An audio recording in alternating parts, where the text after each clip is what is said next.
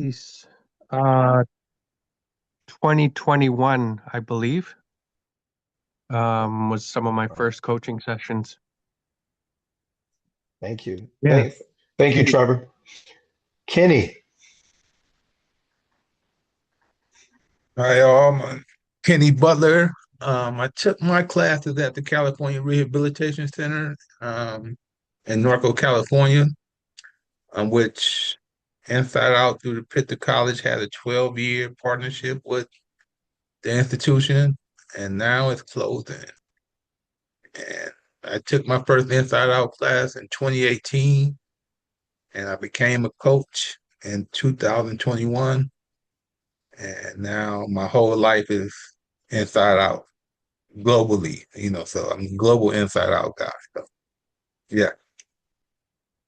So Kenny, tell me when you say it's closing, like what's closing and how is that impacting the Pitzer College program? Oh, the prison is closing down. The Governor Gavin Newsom made a decision to close down CRC, one of the most, um, what's the word I'm looking for? One of the prisons who had the most successful programs in the state of California was chose to be closed by the governor of California. And so we're in the tailspin. We have to find somewhere else to bring this amazing program. So we'll have it here in California. So we have a pilot program coming in the fall with the women's prison, which I know there's not a lot of inside out programs for women. So we're starting a pilot program in the fall, and hopefully we can get it back to a BA degree. So Pitzer College and CRC have the first ever BA degree based on the inside out pedagogy. And I'm a successful graduate of the program and proud ambassador and representative of this Inside Out program here in California. And so, yeah. Yeah, Kenny, well, Kenny, thank you. And I'll tell you, anyone who has been in training with Kenny know that Kenny can be in California, Kenny can be in another country, Kenny could be anywhere. And we're just glad that he's able to be here today with us. Um, One more thing. Cassidy, if you So, go ahead. can I close one more thing? So I'm also the Justice Education Center program assistant.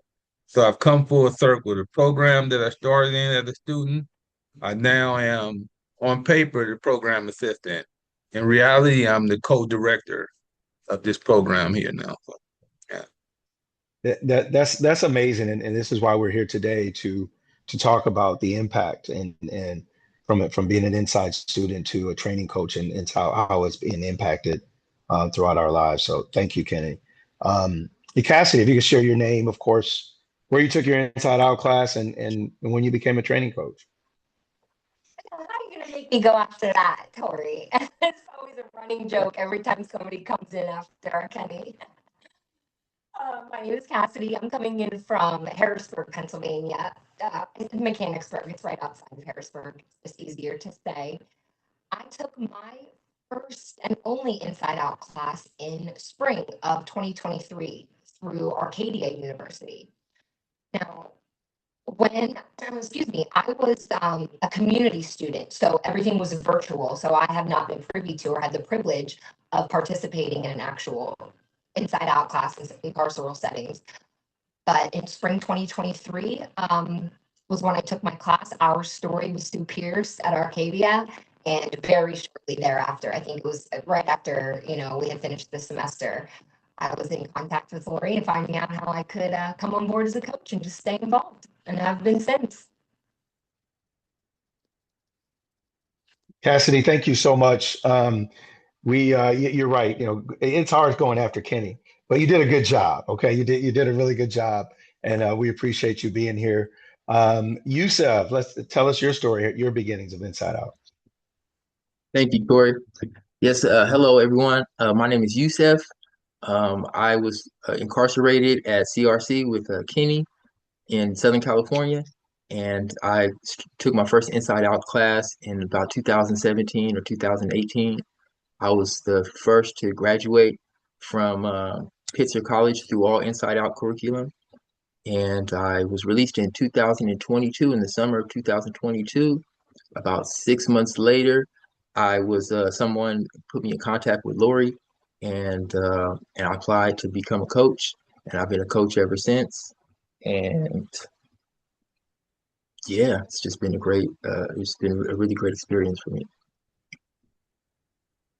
Yusuf, would like to thank you. And again, we got two folks from that graduated from the Pitzer College program. We really hope that the pivot is good and able to find another institution to continue that awesome program that has brought us some amazing coaches. So thank you, Yusuf. And last but certainly not least, someone that's been part of this program for a long time, Joe. Hi, everybody. I am Joe Schwartz. I'm in Philadelphia. I took my first Inside Out class when I was at FCI Loretto, which is a federal prison outside of Pittsburgh. When I came home, let me see, I've been involved with the Training Institute and Inside Out in various capacities since 2021 when COVID started. Joe, what's your capacity with Inside Out right now? I'm a development and program coordinator, and I'm a coach. Thank you. Thank you. So I just want everyone that's on the call. This is going to be an open conversation. I'm asking coaches some questions. This next one may work up some information, some questions or conversations that others want to be involved in. So what I'll ask you to do as each coach answers, if you have a question or want to comment on the specific question, please do so. Please just use the raise hand function, and then we can definitely get you involved. We want this to be a robust conversation, just like we're sitting in an inside out class. Of course, you see that there's not no one's being spotlighted. There's no panels because we're all one in this together. This next question, and I'm going to start with you, Joe, is what is the moment in our inside out class that we felt a sense of belonging or connection, and you knew that there was something different about this? So I would have to say it was probably in my second Inside Out class when I was still in prison. I realized after being in prison for 15 years, first of all, it was the only programming I had in 15 years of incarceration that had any meaning to me, meaning for me. It gave me tremendous purpose, and it.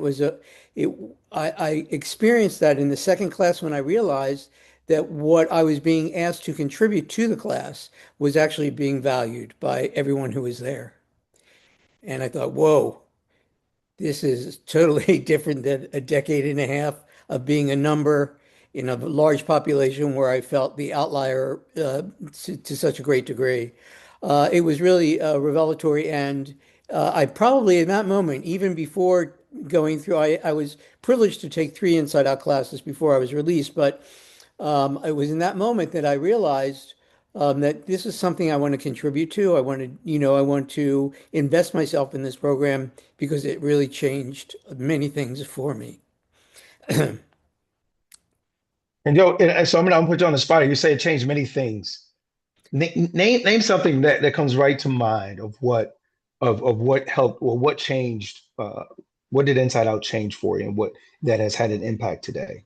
Well, when you walk into a prison, you divest yourself of your street identity, street quote unquote identity. And I was so completely lost for many years. When I went to prison, I felt like I was nobody and nothing. I really felt like I had lost myself. And previous to my incarceration, I was a pastry chef for 30 years. So I came with a bunch of ideas, a bunch of feelings about who I was in the world. And when I got to prison, that all was challenged.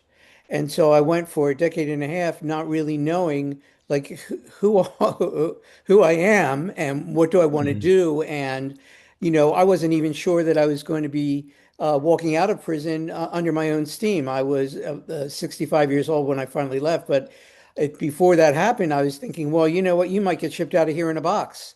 So I really was lost. And Inside Out gave me a grounding and an identity, invited me to rediscover myself. Um, and I realized that I have an experience and I have a voice, I have an opinion, and it's welcome in the world. The other thing it reminds me of, and most of us on this call know about, is that identity, power, and privilege exercise we do. When I hear about you've been able to take that your identity and understand who you are because of inside out. That's awesome. Thank you, Mhm. Trevor. Yeah, I think we were in the same instructors trainings, me and Joe, when we first started, and he really created a sense of belonging. His open honesty was really beautiful and drew me into it, motivated me to want to do more sessions. I just wanted to say that, like, about what Joe was sharing. Like, he has this ability to draw you out with his open honesty. That's really cool. And can you continue on and talk about that moment in your inside out class that you felt that sense of belonging and connection and knew that there was Uh, something different. what's what was really interesting was it was actually before I went into class. I asked which university students are going to be part of this session, and we had three students looking at becoming probation officers. We had two students going into corrections. We had three students looking at RCMP and another number looking at becoming social workers. So, like, once I seen that and they were coming into the session into well, we were online, but they're willing to participate with people in prison and look at creating meaningful change, right? Like, we're not so often when you're up before the courts, you're just a piece of paper. You're just a piece of paper to them. So, like, when you can start looking at people's stories and getting to know them personally, that's really what moved me. And I felt like I had an impact in creating meaningful change in the prison justice system here in Canada. And Trevor, do me a favor. A lot of us are not from Canada. What does Yeah. RCMP mean? Royal Canadian Mounted Police. Got it. Yeah. Got it. It's it's everything. We don't have FBI, we don't have DEA, we don't have all of your federal officers is our RCMP. They do absolutely everything. And then they do have like special units like that respond to emergencies and whatnot. But yeah, it's all Okay. RCMP. Thank you. Thanks a lot, Trevor. And Yeah. just listening to you, just hearing you're in Canada, but yet I'm hearing the same experiences that Joe experienced, and it to me when I hear that it just shows the amazing the program that Lori laid the foundation for. It's like one of those franchise. You go to one McDonald's and may be owned by someone else, but it's all the same, right? And it's the same Yeah. thing that I'm hearing with the Inside Out program. Well, it gave Um, me university credits. wow, So upon release, I actually went back to school and I took community mental health worker at Vancouver Island University. Yeah. wow, And man, it's a I'm working at an indigenous treatment themed treatment center now because in Canada, the indigenous population is only 6% of the overall population, but over 30 to 36% of the prison population. mm, So like there's a huge issue where colonization is still having its effects on the indigenous population here. So I'm mm. doing what I can to advocate for my indigenous peoples. That's so awesome to hear, Trevor, man, and we appreciate you being part of the team and all that you do with Inside Out. Yusuf, Thank you, Tori. Um, for me, there's so many moments, but the one that came to mind for me today that I really want to share is there was a class that I was in. I was an inside student in a political science class, and we were in about like mid-semester, And when we came into class, or about halfway through the class session, um, our instructor had brought to our attention that there was someone missing in the class. And so we all were looking around and we really couldn't place who was missing from the class. But eventually we figured it out. And he said that the person was also missing from the roster. And what was interesting about that experience was he turned that into like a whole lesson in the class, just about like the harm that could be caused inside places like this and how it can be normalized and how we need to take some time to just acknowledge that we started with somebody and they're not with us anymore, whether they got transferred or we really didn't even know what happened to them. And so he really kind of like shined a light on that and made me concerned. And since then, it's just really stuck with me. So like in situations like that, it just gives me a whole different like outlook on like what it means to not be present like that and to not normalize that sort of thing, to be checking up on people and things like that. Yusuf, when I hear that, the first thought I think about, especially right now in this moment and where we're at, is that when folks say that ICE has kidnapped somebody, right? Like I never would hear those words before like that. It would be like they detained him. No, they freaking kidnapped him. And so when we think about like people not being present, people not being in the in a place. I mean, I remember going to classes in our inside out classes, and one day someone would be there and they're not there the next day. One time officers came in and took someone right out of class. And so that's one thing about Inside Out for me as well, is when I seen that that connections and the connections we have with people and the humanization of people, that we're all people, we're all human beings, and we can learn from one another. So that's a great Exactly. experience, Yusuf, man. Exactly. Appreciate that. Cassie, I'm not gonna let you go after Kenny. I'm gonna let you go before him. So Cassidy, tell me that moment that you felt that sense of belonging and connection. Uh, Oh, just she's not, not. She's not. no. Okay, I just noticed that. Kenny. Well, for me, it started from day one during the orientation. My very first class, I walk in for the orientation. I'm the first student in the class, and I meet the professor. And I went to hand her my ID, and she reaches out and shakes my hand, which was something at this point I had been in for 13 years in prison. In California, it's highly illegal and inappropriate to touch any staff, let alone, for a men's prison to be in contact with a female staff in that way. And so that set the stage for me to let me know that she didn't see me as an inmate. And it set the stage for the students when they came in, the outside students. And, I had a buy-in. I was a real quiet guy at first. And then I realized I got some people around me who actually see me as a human being. And I grew to become a social butterfly in that space. I'm still, I'm still not as socially in the text world. I can't, when I text things, I don't say much, but when you get me in a space like this, I'll talk forever now, especially about Inside Out and the impact it had on me. And she actually recommended me for the think tank. And this is where the idea for the BA degree came about. I have the distinction of being the co-founder of the BA pathway at Pittsburgh College. Um, and then I took the training as a coach.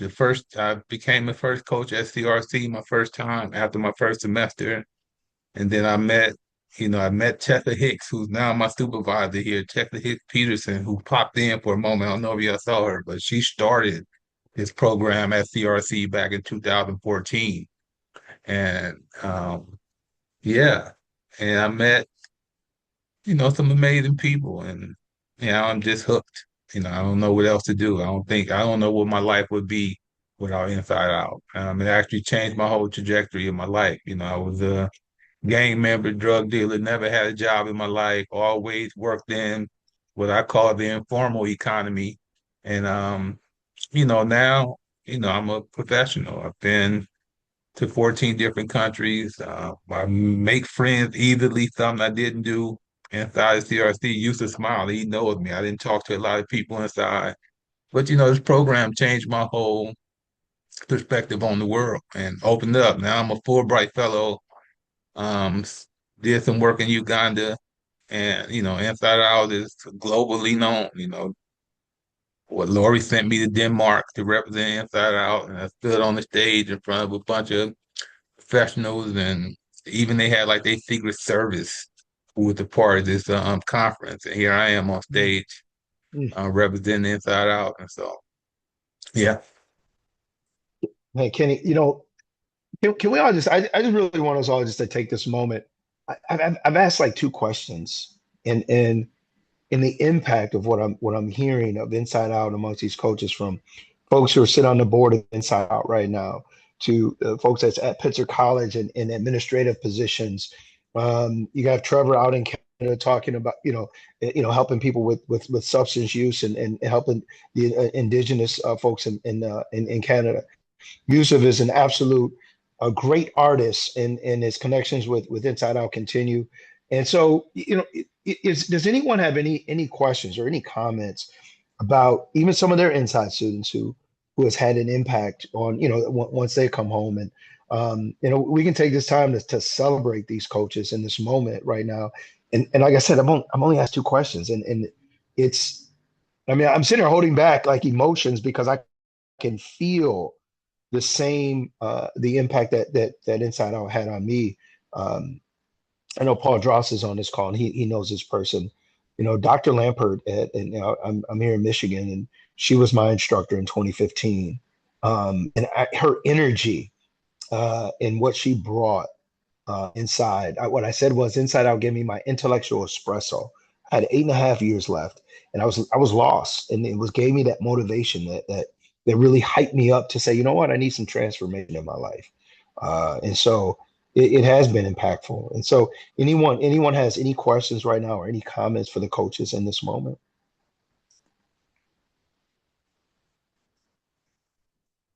Well, that's okay, because guess what? We got some more questions. Um, And so this is a question for those, and I don't know who's all been back inside since you've been released. But if anyone has gone back inside after being released, what was that experience like? That full 360 moment, going back inside, um, as someone free, and being able to go inside and be a part of any program inside. Trevor? Uh, it was life-changing. To have gone through the great success of being an Inside Out, getting released, going through a treatment center, and then I breached my probation, and a simple mistake. I relapsed, had a few drinks.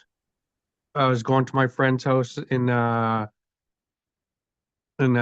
a townhouse complex, and walked into the wrong door. They just happened to know me, and then I got a new charge. And um, but during that time, my oldest brother died, and then my daughter died of an overdose. So like, uh, so it really put things into perspective for me that the substance use and is is not conducive to a healthy lifestyle for myself. Alcohol is cannot it just can't be a part of my life, like where somebody can have a casual drink at the end of the day just to relax. I can't do that. And I'm I'm proud to say that I recognize that and that I worked through that, and I'm coming up on 4 years clean and sober pretty quick. And I actually, like, when I lost my daughter, I poured my heart and soul into research. Like, it was outside of my control. So I looked at what was within my control, and I studied the British Columbia Societies Act, the United Nations Declaration of Rights for Indigenous People, the Indian Act, and then I also started on release my own nonprofit to address institutionalization as a mental health issue, in addition to my work at the Indigenous Treatment Center. So, um, yeah, so going back in, although for most it might have been a major setback, it was like the fire in my soul that really put things in perspective for me. A couple of things. First of all, I just want to be in this moment and say that I'm sorry for the deaths, and as someone who knows a brother who died of a drug overdose, I totally understand and can empathize there. So I just want to take that moment that I heard it, and that that we're here with you in this moment. So thank you for being authentically you, and we appreciate that. And I can tell you that and although the question was asking, like, as a free person going back inside, going back inside has been part of my story as well. On same thing on a relapse. And I can tell you something. When I came home, who was right there waiting for me? My inside out family. Never lost connection from my family here in Detroit to nationwide. The emails poured in. Folks stayed in touch with me while I was inside. So it definitely is part of my story as well. And so thank you for being authentic. Yeah. Yusuf. Thank you, Tori. Yeah, so for me, I was able to go back inside about a year after I was released, and I was going inside because there was another cohort of graduates who were graduating, and so they asked me to come inside and speak a little bit. And so I really enjoyed the graduation.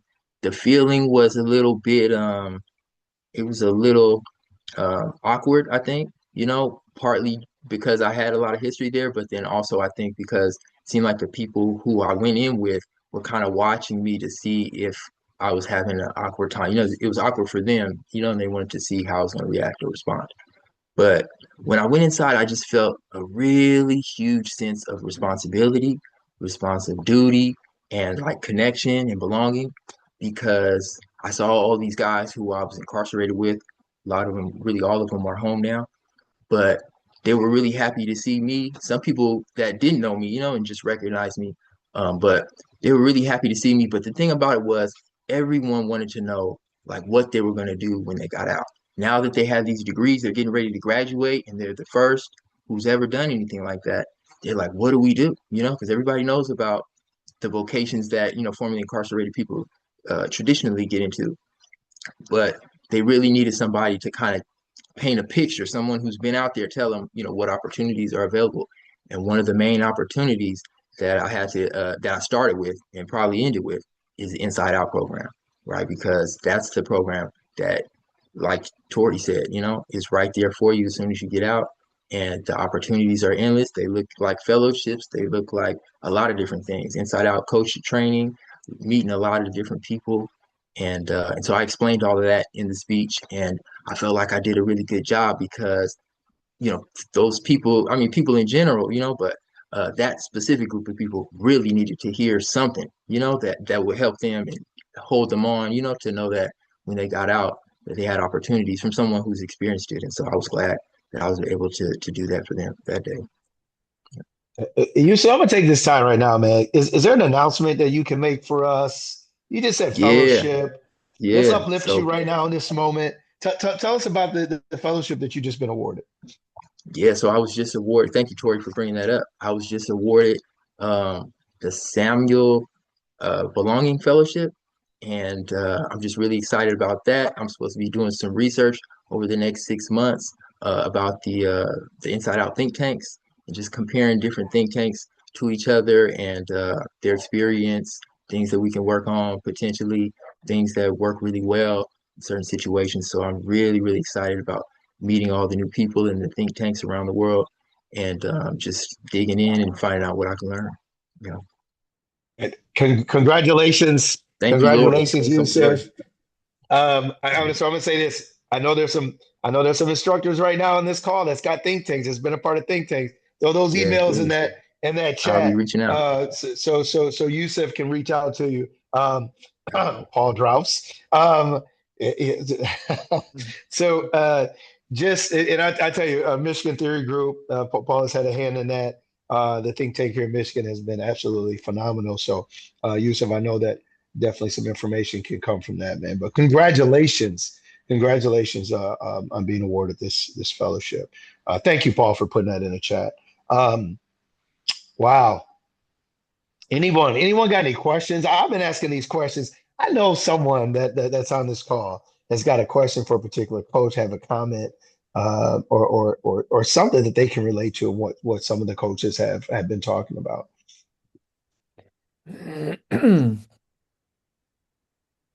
Hello? Lori, go ahead. Yes. I have a question for you and for Kenny and for Joe, who also had that same fellowship. So, could each of you just tell us briefly what you did in your fellowships? So the research that I did was about incarceration and identity. And I was very curious. I experienced during my incarceration, and I think this is where everything pivoted for me. Inside Out really challenged me to rethink who I am and who I want to be in the world. And I thought, well, if I've had that experience, I know plenty of other people who've gone through prison who have change their lives and become really successful, engaged citizenry and become community leaders. And, what was it like for them? What was the transition for them? So my research was with the coaches to ask them what was the pivot? Was the way that you see, the way that you view yourself and the work that you do, was that impacted by Inside Out? And if so, how? And the writing the paper was doing the research and writing the paper was really quite a challenge and very interesting. And you were, Joe, you were focused on the coaches the work that the coaches were doing in the trainings, right? Yes. Sorry to make that clear. Absolutely. That's right. So then Kenny did another angle on that. Yeah, so my angle was the people who took the training, the professors and other professionals who come in and take the training, and how does being a part of Inside Out foster belonging and social connectedness. So the Samuel Center for Social Connectedness is the full name of the center. And I interviewed 13 professors and professionals who took the training, and my findings were that Inside Out has the ability to um,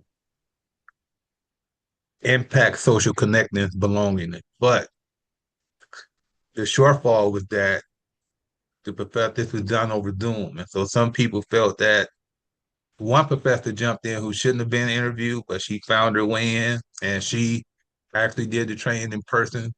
So she kind of um, muddled up the pool by expressing that she did it in person and how great it was in person versus virtually. So yeah, but I wrote the report. I think Joe said my report was better than his, but I disagreed. I think his was better than mine.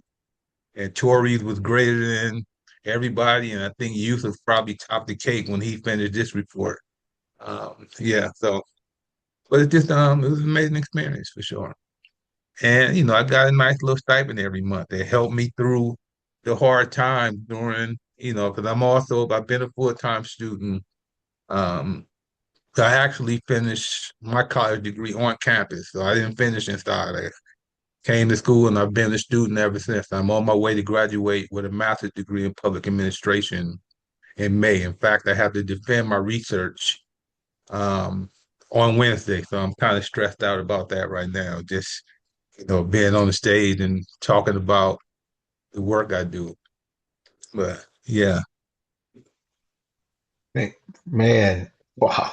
I don't know about whose report is better or anything. I put mine in the chat. My research was about the creating a sense of belonging in a place of um, oppression, and really from a social ecological lens of after number one, after release or after students graduate, how has Inside Out impacted them socially? And I interviewed over 40 people, from instructors to former inside students, outside students, and it had a huge impact. And I'm gonna tell you, Kenny, I had just came home. I came home in February of 23. They started the fellowship in May. I didn't know nothing. I went home. When I left and went to prison, iPhone 2 was out. I didn't know what a Google Doc was. I didn't know what a Zoom call was. This fellowship truly impacted me and gave me some experience that I needed. And then the position that I got after was the direct result of the experience I had gained from this fellowship. So, Yusuf, man, I'm gonna tell you, it was very impactful for me. And as you can hear from Joe and Kenny as well, and I know I can say this for on behalf of them too. The two of them is we're here for you whenever if you need anything to help with your fellowship, we're here. So congratulations again, and we know the research you do is going to be very helpful. Thank you so much. I'm getting ready to read your fellowship your report right here as soon as we get Yeah. finished. All right. Yeah. Don't do it right now. Do it after. Do it after. When we get time, yeah. um, so we are coming to a point where everyone's going to have no choice but to ask questions, or we're going to have to end the Zoom call. But I do want to end with one last question to the coaches. Um, how has being a training coach affected our everyday lives? How has being a training coach affected every day to day? Meeting people, grocery store, shopping. How is it? How has being a training coach really impacted your life, Trevor? Uh, I was pretty, um, I was on disability for PTSD because of my prison life. Um, so I was constantly on guard. I was watching for threatening gestures from everywhere and kind of being quiet and observing and like uh guarded, right? Um, so being in that inside out class helped me to open up. It helped me to see that, hey, there's people within the structure that are willing to look at change. They're not judging me. They're not going to attack me. They're not going to lock me up and throw away the key just for being who I am. I'm allowed to have a voice. I'm allowed and so like when I was released and then invited into instructors training, um, it really reiterated that I have a voice. I have um, power in my being to speak my piece, and it's like it's affected my life. Like that's that's what made it possible. Like even though I made that mistake and went back inside, I had taken inside out previously to that. So when I got out, I still had that voice and I could carry on and continue doing those things. Uh, because it's like, it's not just training where we're developing curriculum, it's also training for myself to interact on a higher level.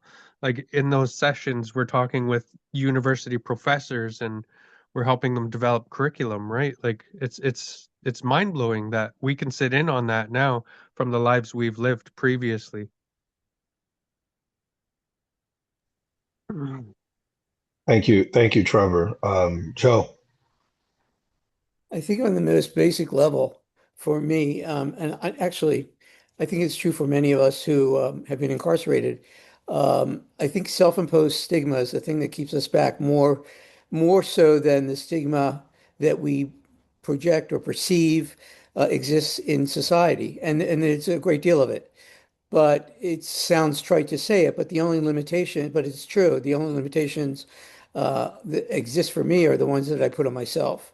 So for me, the way that Inside Out has impacted me and that view is that um, I came out of prison at 65, ready as I'm retiring. All of my colleagues and peers, my whole network of professional associations and all my social connections, all those people were retiring, and I was just starting my life again. And it's a lot different at 65 than it is at 20. Inside Out really gave me a platform to recognize the strengths that I have, and supported by others who are also discovering this within themselves or in themselves, uh, is the biggest gift of all. So Inside Out has created a community where I feel that I'm home. It's giving me tremendous purpose in my life. I was a pastry chef. I never imagined that I could achieve anything academically, and I found that's not true. That I really have a lively intellect, and Inside Out is the opportunity to express it. And Joe, I'm going to say this. I know Trevor mentioned it. My first training that I had, I remember you were in there, and I thought you were co-facilitating the whole thing with Lori. I had no idea that you were a training coach, that you were formerly inside it. But just from the conversation, I'm like, oh, this must be the co-facilitator. So whatever when you're talking and speaking about what Inside Out, I have seen it personally, and I would say that you definitely have a lot of intellect and a lot to give. So continue to give and continue to do what you're doing, even at your young age that you are. Paul? Hey, everybody. I feel like I have to say something now because Tori already said we have to ask more questions, and he threw me out there before. Talk about Dr. Lempert, and I also got to give credit to Laura Lempert, the energy that she had. I feel like since Laura left, I'm like, um, who's like the guy that comes after Michael Jordan retires, you know? It's like the Bulls are still playing, but the thing that's amazing to me is, to watch everybody and even the people so this is why, like, to me, it's a relief not to have to talk. And so you, I felt like I should say something because you mentioned it before, but I guess the older you get, the longer you're a professor, you get tired of hearing yourself talk. And I think the nice thing about Inside Out is, like, I guess, Laura, you probably, it's based on what Tori just said about Joe, you know what I'm talking about. It's just a relief to have people that can take over and do it probably better than I ever could, because they've learned it in a way that I never could have learned it. And so it's an incredible thing to watch all you guys, and ladies, men and women, to grow. It's an inspiration for me to keep doing, what I'm doing. If I can be like, did you ever see the movie going from basketball to football? Did you ever see that movie, um, Any Given Sunday? So you had like the superstar quarterback who was the young guy coming up, and you had Dennis Quaid who's like the old guy.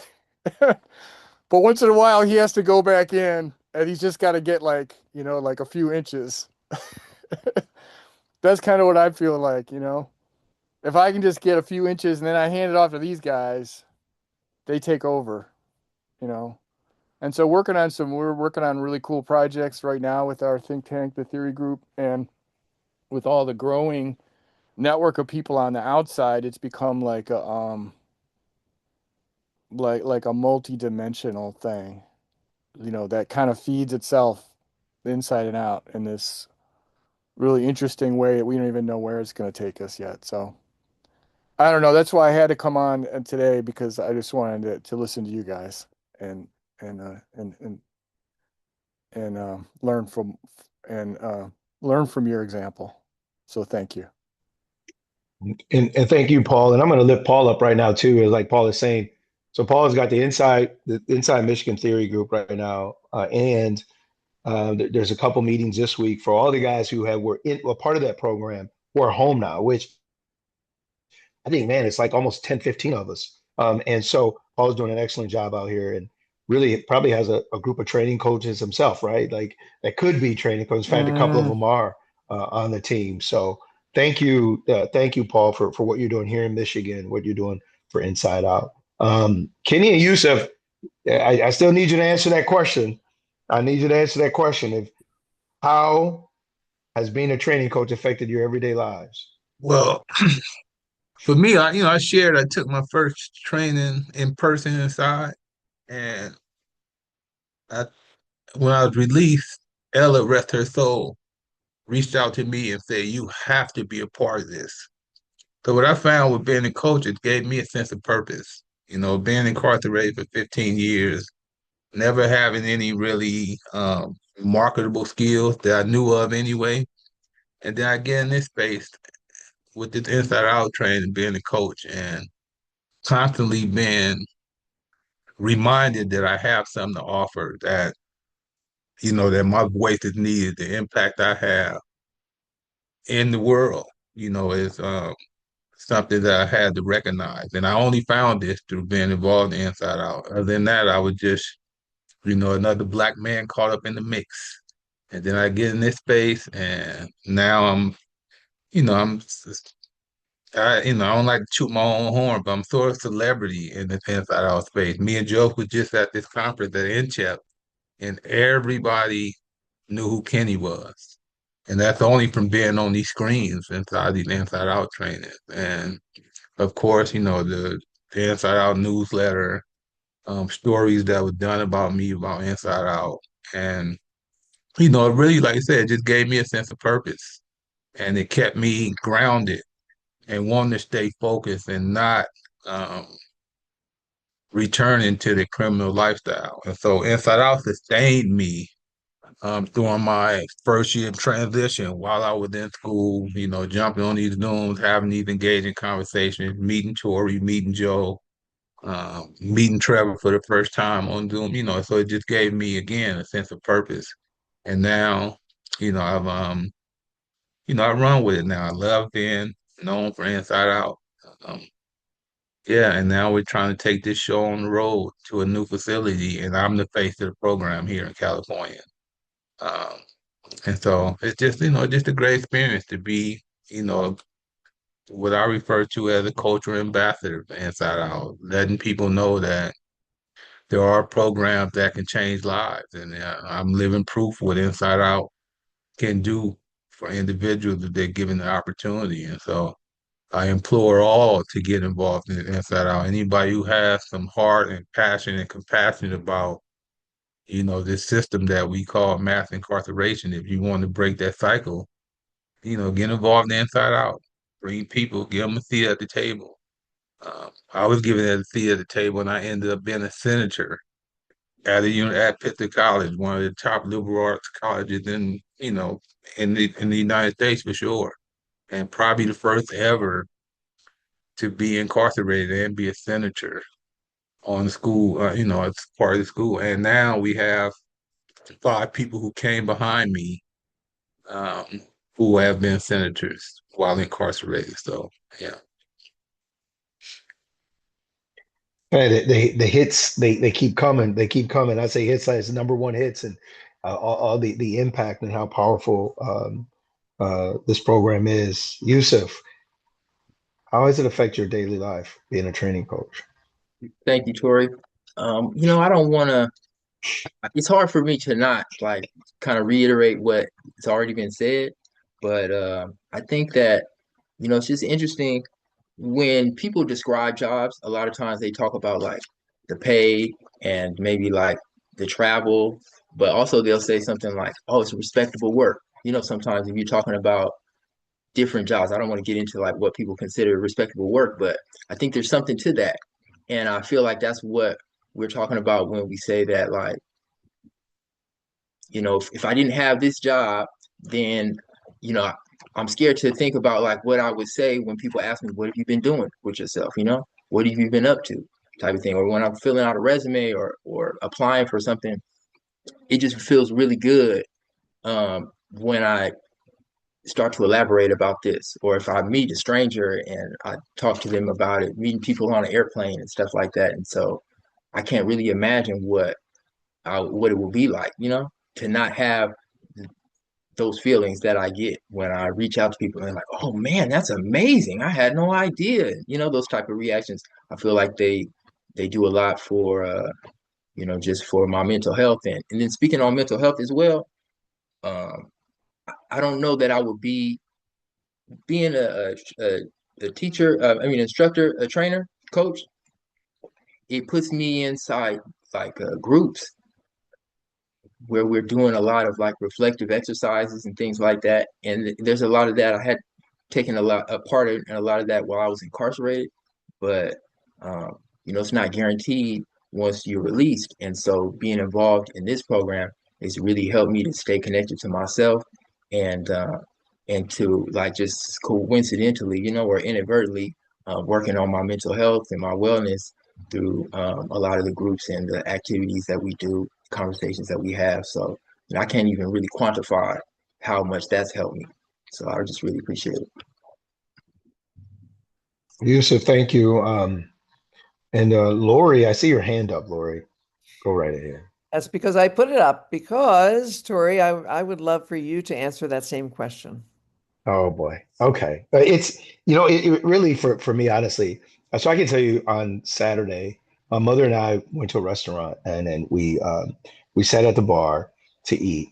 And there's this lady that comes in, sits right next to us, and she's from Philadelphia. And she starts to talk, and I said, "Well, I work for an organization out of Philadelphia." And she said, "Well, what is it?" And I tell her, and it's so empowering to know where I've come from, to know the amount of time I've done. I've done over 17 years in prison, but to talk about that I'm a training coach and that I help train professors throughout the world to take to take classes inside of a prison. And the look on people's faces when they say they do that, this is something that's happening. Um, and so when the next question comes, it's like, well, how did you get involved?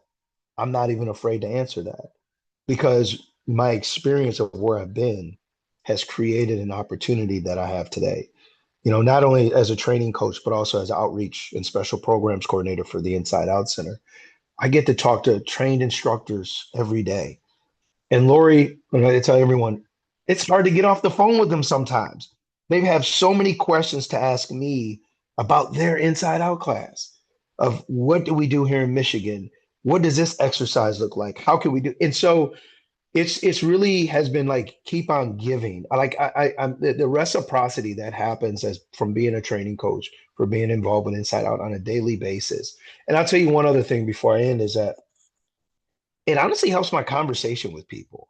Like on learning a facilitation, learning how to facilitate, even basic conversations and talking to people. It's just not these bland good morning questions. It's really about how, how's the individual doing? Really wanting to look at Inside Out has really allowed me to look at the human being in person and really figuring out about them and what is their story and not just these artificial or superficial things that people talk about on a daily basis, but really want to know who that person is. So that's how it affects my daily life.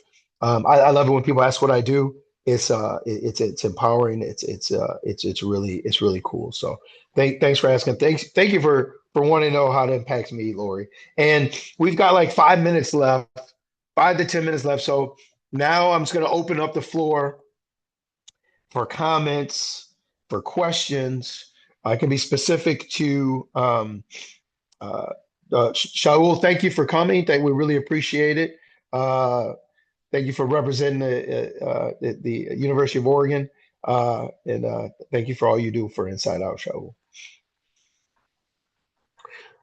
Anyone has any questions? Coaches, if you got another comment, but really, let's just reflect on. I mean, it's a lot has been said today, and then I think it's a pretty impactful. Family. I like that, Trevor. Something I tell instructors at the end of training all the time. Said you've been grafted into this family.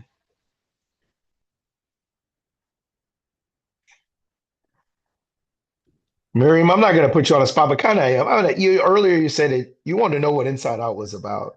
Did you learn anything today? I did. I actually have a lot more questions that I will pepper Lori with later.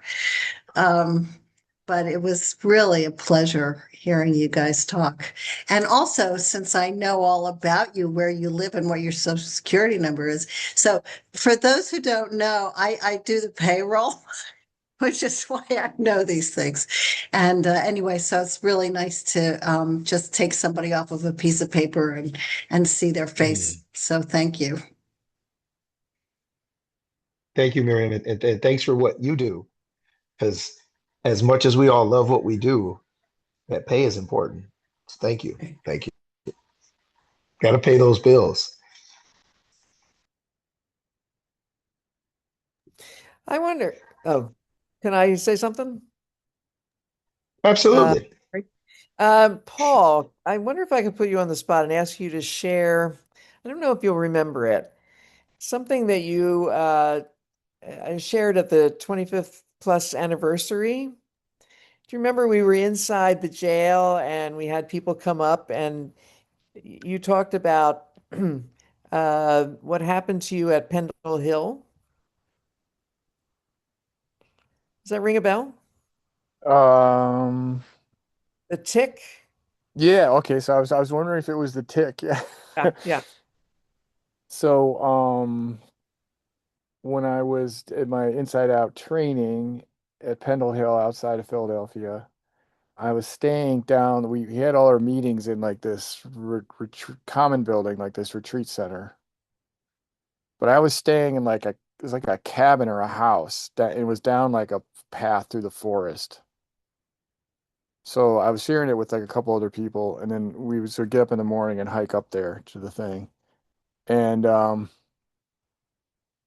yeah, I didn't really think much about it. I mean, I did notice there was like tick spray in the building at the but I didn't like put two and two together until like several weeks after I got or maybe even like a month after I got home, I started having all these like symptoms and stuff. Um of fever and aches and pains and stuff like that. I didn't know what it was. I didn't connect it at all to the Philadelphia trip until my wife noticed this bite on the back of my leg, this mark on the back of my leg. They call it a bullseye. Um, it's a sign of a tick bite associated with Lyme disease, right? So I ended up, thanks to my wife, she's like, you probably have like Lyme disease or something. She was just sort of guessing, but then it like that, it just like clicked in my mind that because I knew, then I remembered, oh yeah, my sort of epidemiological background, sort of, like the Philly area is a hot spot for Lyme disease and deer ticks and all this stuff. And so I went and got to the emergency room and I got diagnosed and treated. And so I'm thankfully had my Lyme disease completely treated. But I guess I don't know what I said then, but I guess maybe my analogy is that Inside Out got in my blood maybe at the same time as Lyme disease. But I got the Lyme disease out, but I've still got the Inside Out in my blood, I guess, almost 20 years later, because that was in 2008, I think, was my training. And so we've been doing the classes ever since. Was that what I said? Yeah, something like that. And what are the symptoms of inside out in your blood? The symptoms of Inside Out in my blood. Oh God, that's a good question. Maybe we should go around and have everybody answer that one. Um, I don't know. I mean, it's this I guess what we get, is it's that sense of found family, I guess, because I have my own family, and I think one of the things I learned in Inside Out training is, you can't, I think you burn out if you put everything into prison because prison will burn you out. And so I learned a lesson early on from Lori, like you got to take time for yourself. You got to set, your limits and all that stuff. But I think that found family and that sense of like, we all come from very different places, but there's an acceptance and an understanding. I love this idea you said, Tori, of the space of belonging inside of a place of oppression. I've always described it as a space of freedom inside of a place of oppression. But I mean, those two things, the freedom and the belonging, to me are interconnected. It's that sort of paradox, right? We're free because of a community that we belong to that enables us to be who we are. And so I guess that's what that keeps me going back. Um, I said it's a good thing I have a strong, family at home because my wife would be asking, I said, are you really going to prison? Like, is that really what you're doing? All these nights and days when you're not here. But then Wow. Yeah. my family has met all the guys and stuff coming out. They haven't gone inside with me, but they met all the guys coming out, and they're part of our family here too now. So it comes around. That's awesome, and I think we definitely, one course or one class or some kind of training going to go around and ask what are the symptoms of inside out in your blood. I know folks have to go, and I just want to uplift a couple Zoom sessions we got coming up here. Um, our next Zoom session is going to be May 11th, Monday, May 11th at 4 p.m. Eastern. And Paul is going to be involved. It's seeing restorative justice from the Great Lakes to the Grand Canyon. And we're going to discover how a restorative justice class developed by the Michigan Theory Group in Michigan birthed the restorative justice inside out class in Arizona. The discussion will spotlight the collaboration between instructors, inside students, and think tanks and creative, innovative approaches. Um, and our next one after that is Pitzer College, the first Inside Out class in the US conducted in Spanish. Pitzer College, a professor will talk about that class, as well as a former inside student and outside student, about how the impact of uh, the groundbreaking efforts of expanding access and deepens inclusion when you have a class that's completely in Spanish, when a lot of people are denied programming because they don't speak English. So, a couple great programs coming up. We look forward to seeing everyone there. Be on the lookout from our MailChimp, of course. We'll definitely advertise it. Um, but really, this has been a great conversation, and I'm really grateful for everyone that's been able to attend. Very powerful, and it just continues to let me know that I'm in the right space. So thank you all. Thank you, Tori. You going to be there Friday or Sunday, Tori? Cooper has a game at Comerica Park on Friday, so if I'm not able to make it Friday, I'll be able to make it Sunday. All right, because we got a park for you, I think. Okay, all right. All right, okay. Thomas, sorry we ran out of time there because Trevor was. Well, do you want to share something, even just amidst us right now? It's just actually wonderful to be here, like you said, Laurie, and with everyone here, it's so inspirational and the power of Inside Out, and it just motivates so many people, including myself. Mm-hmm. So, go ahead. No. Go ahead, Laura. Um, I was in touch with Thomas because you expressed a while ago something about being a coach, so we will make that happen. Brilliant. That's awesome. That's awesome. I met Thomas during my research, and it was so amazing for the information that Thomas was giving me. And we had to, of course, Thomas was like 5 hours ahead of us, so even trying to get that Zoom call down, but we were finally able to get it done when you came home, Thomas. And so I'm so happy to have you here. You've been on these Zoom sessions. Look forward to you becoming a training coach, and thank you. Always lovely to see you, Tori, and everyone else. Yep. Okay. Okay. All right, bye-bye. Good to see you, Laurie. Have a good day, everyone.